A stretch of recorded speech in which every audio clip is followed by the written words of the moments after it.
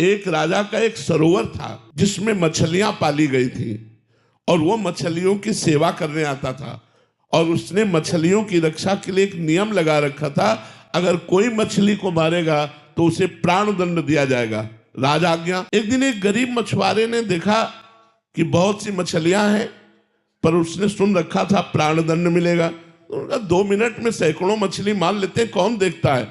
और वो तालाब में जाल फेंक करके मछलियों को समेट ही रहा था कि घोड़ों की टाप की आवाज सुनाई दी। दूर देखी तो लगा कि राजा की सवारी आई। उसने कहा अब तो पक्का मारे गए। तो जाल को मिट्टी में दबा दिया, कपड़े उतार दिए और मिट्टी से ऐसे संत वेश बना लिया।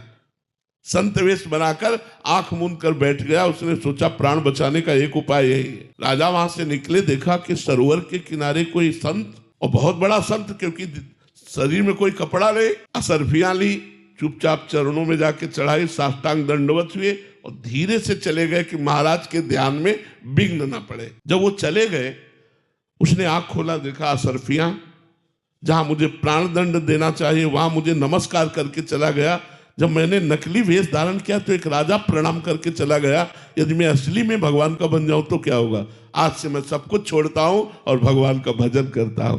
तो अगर हम नकली भी भक्ति करेंगे तो एक झटका लगेगा, कोई घटना घटेगी और वो हमको असली भक्त बना देगी। इसलिए मुझे भक्ति करनी चाहिए, भले हम ड्रामा भक्ति का करें। एक दिन सही में असली में आप भक्त बन जाएंगे।